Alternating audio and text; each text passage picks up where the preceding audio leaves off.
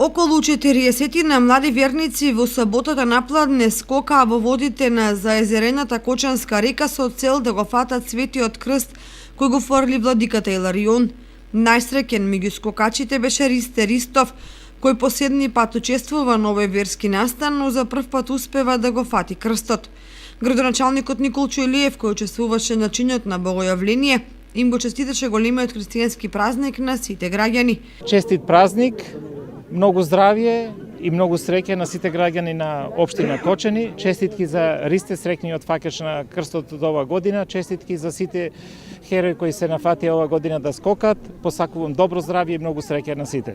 Владиката Иларион, кој ќе началствуваше со празничната литургија, го искажа задоволството од масовноста за водици. Нека е честит и вечен празникот, нека се милостивиот Бог кој што се крсти на реката Јордан заради нас и нашето спасение, ни подари на сите нас душевно и телесно здравје, мир и благосостојба во овој град, во татковината наша и во целиот свет.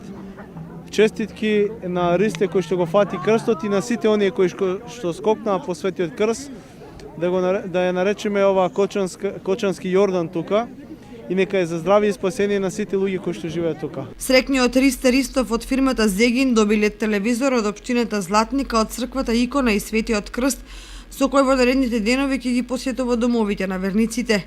7 година поред ја се фрлам, прв пат го фатувам крстот и сум пресреќен. Огромна желба ми беше да го фанам. Пред се здравје на сите, духови мир. Начинот на фрлањето на крстот во водите на Кочанска река му претходеше наддавањето на верниците за Светиот крст како и за иконите.